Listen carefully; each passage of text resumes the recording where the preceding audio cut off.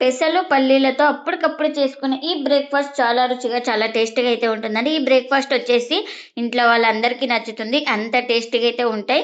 ఇంకెందుకు ఫ్రెండ్స్ ఆలస్యం, ఎలా చేయాలో ఏంటో అనేది వీడియోలోకైతే వెళ్ళిపోయి చూద్దామా మరి?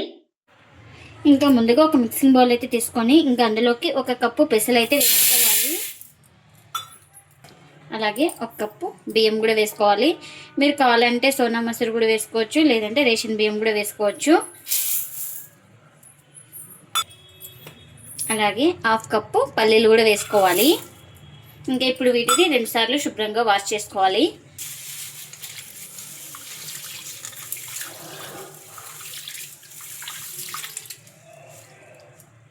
ఇంకా 2 సార్లు శుభ్రంగా వాష్ చేసుకొని వాటర్ అన్నీ వంపేసుకున్న తర్వాత ఇలా మునిగే వరకు అయితే మంచినీళ్ళు అయితే వేసుకోవాలి.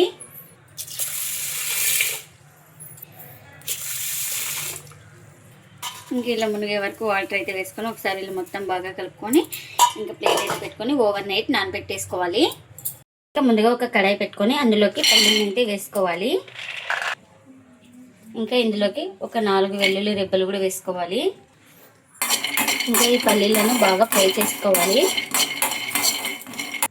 ఇంకా చూడండి పల్లీలు అయితే బాగా ఫ్రై అయిపోయినాయి కదా, ఇంకా స్టవ్ అయితే ఆఫ్ చేసుకొని పూర్తిగా చల్లారనివ్వాలి. ఇంకా ఇప్పుడు చల్లారిన తర్వాత మిక్సీ జార్ అయితే తీసుకొని ఇంకా పల్లీని అయితే వేసుకుంటున్నా. ఇంకా నేను ఇక్కడ మిర్చి ప్లేస్లో కారం అయితే వేస్తున్నాను. మీరు కావాలంటే ఫ్రై చేసుకొని వేసుకోవచ్చు. ఇంకా ఇందులోకి కాస్త పుదీనా కూడా వేసుకుంటున్నాను. అలాగే ఒక 2 స్పూన్ల దాకా పుట్నాల పప్పును కూడా వేసుకోవాలి. ఇంకా ఇప్పుడు ఇందులోకి రుచికి తగినంత సాల్ట్ని కూడా వేసుకుంటున్నా. అలాగే వాటర్ కూడా వేసుకోవాలి. ఇంకా ఇప్పుడు మూత పెట్టుకొని గ్రైండ్ చేసుకుందాం.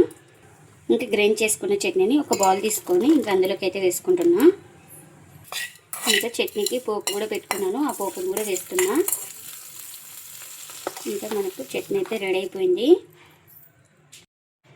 ఇంకా నేను ఇక్కడ ఓవర్ నైట్ అయితే నానబెట్టేసుకున్నాను కదా, మార్నింగ్ అయితే చూపిస్తున్నాను. ఇంకా మనకు వాటర్ స్మెల్ ఉంటుంది కాబట్టి మూత పెట్టడం వల్ల ఇంకా 2 సార్లు మళ్ళీ శుభ్రంగా వాష్ చేసుకొని మళ్ళీ వాటర్ అయితే వేసుకున్నాను. ఈ వాటర్ అన్ని వంపేసుకుందాం ఇప్పుడు. ఇంకా ఇప్పుడు మిక్సీ జార్ అయితే తీసుకొని ఇంకా వాటర్ అన్ని వంపేసుకున్నాం కదా, వీటిని అయితే వేసుకోవాలి జార్లోకి.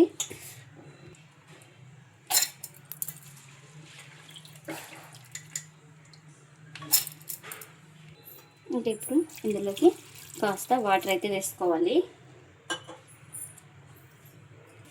ఇంకా ఇలా చిన్నగా కట్ చేసుకున్న 1 ఇంచు అల్లం తీసుకొని ఇలా ముక్కలుగా కట్ చేసుకోవాలి. అలాగే 2 మిర్చి అయితే వేసుకుంటున్నాను.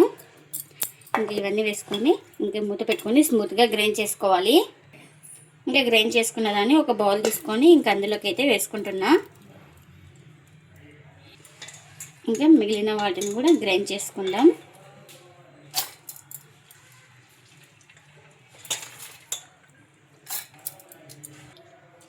ఇంకా ఇప్పుడు కాస్త వాటర్ కూడా వేసుకొని ఇంకా దీన్ని కూడా స్మూత్గా గ్రైండ్ చేసుకోవాలి.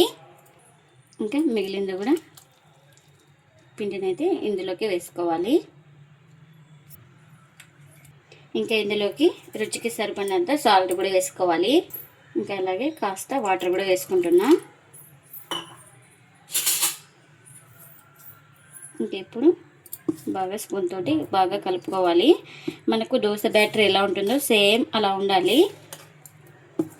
ఇంకా ఇందులోకి వంట సోడా కానీ ఈనో కానీ ఏం అవసరం లేదు.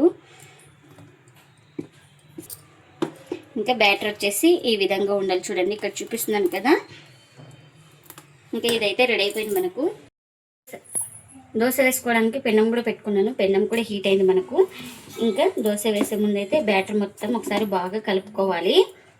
ఇంకా ఇలా కలుపుకున్న బ్యాటర్ని మనకు ఎంత కావాలో ఇంకంత అయితే వేసుకొని స్ప్రెడ్ చేసుకోవాలి. ఇలా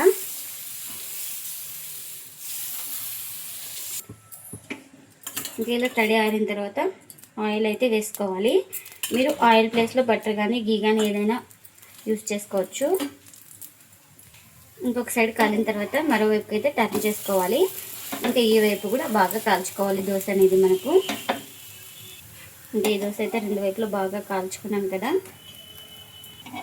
ఇంకా ఇదైతే రెడీ అయిపోయింది. ఇలా రెడీ అయిపోయిన దాన్ని ఒక ప్లేట్లోకి అయితే తీసుకుంటున్నా. ఇంకా మళ్ళీ మనకు ఎంత పిండి కావాలో అంత పిండిని అయితే వేసుకొని దోశని అయితే స్ప్రెడ్ చేసుకోవాలి. మీరు చిన్నగా కావాలంటే చిన్నగా, పెద్దగా కావాలంటే పెద్దగా కూడా వేసుకోవచ్చు. ఇంకా ఇలా తడి ఆరిన తర్వాత ఆయిల్ కూడా వేసుకోవాలి.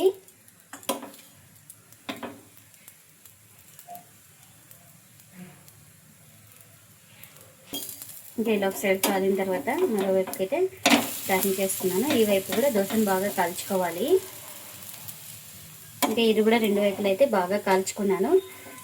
ఇంకా ఈ దోశ కూడా రెడీ అయిపోయింది. మనకు ఎన్ని అయితే అన్ని ఇలానే చేసుకోవాలి. పెసలు పల్లీలతో ఎంతో టేస్టీగా ఉండే దోశలు అయితే రెడీ అయిపోయినాయండి. ఇవి చాలా రుచిగా చాలా టేస్టీగా అయితే ఉంటాయి. హెల్త్ కూడా చాలా మంచిది. మనకు పెసలు పల్లీలు బియ్యం అన్ని వేసుకున్నాం కదా, చాలా టేస్టీగా అయితే ఉంటుంది. నార్మల్ దోశల కన్నా ఈ దోశలు అయితే చాలా టేస్టీగా అయితే ఉంటుంది. ఇంకా పెసల్లో ప్రోటీన్ ఉంటుంది కాబట్టి, పల్లీలు ఉంటాయి కాబట్టి హెల్త్ కూడా చాలా మంచిది. ఇంకా చట్నీ కూడా చేసుకున్నాం కదా, చట్నీ కూడా సర్వ్ చేసిన. ఈ దోశలు అయితే ప్రతి ఒక్కరు ఇష్టపడతారండి, అంత టేస్టీగా అయితే ఉంటాయి. చాలా సాఫ్ట్గా కూడా ఉంటాయండి ఈ దోశలు వచ్చేసి. మీరు కూడా తప్పకుండా ఒకసారి ఇలా ట్రై చేసి మీకు ఎలా వచ్చిందో కామెంట్ అయితే చేయండి ఫ్రెండ్స్. ఇదండి ఇవాళ వీడియో. ఈ వీడియో కనుక నచ్చితే ప్లీజ్ లైక్ చేయండి, షేర్ చేయండి, కామెంట్ చేయండి. అలాగే లైక్ చేసి సపోర్ట్ చేయండి friends. Thanks for watching. By by.